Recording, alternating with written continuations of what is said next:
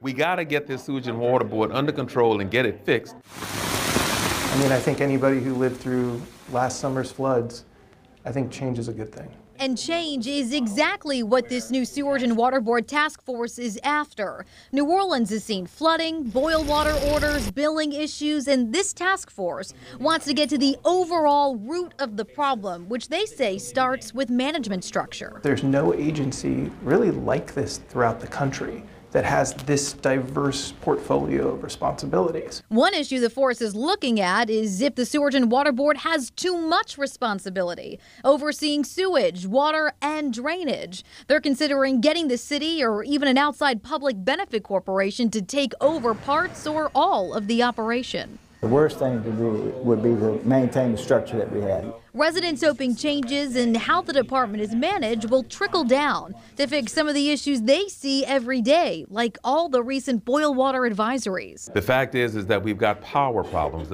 Councilman and task force member Jay Banks calling all those recent boil orders unacceptable and said a change in management structure could change how the Sewage and Water Board spends its money. To make sure that we spend every single dime wisely. We should not be investing in equipment that only works sometimes.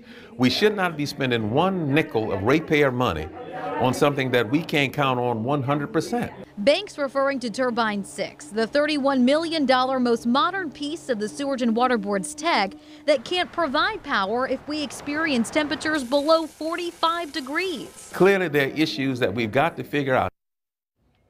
Another option presented tonight was creating a new stormwater utility fee that you would have to pay based on how much property you have. That would generate more money to make improvements, but some people were not too on board with paying more money. They also wanted me to note they aren't dealing with personal billing issues, just trying to identify ways to make structural changes at this point. Live in the newsroom, Juliana Mazza, WDSU News.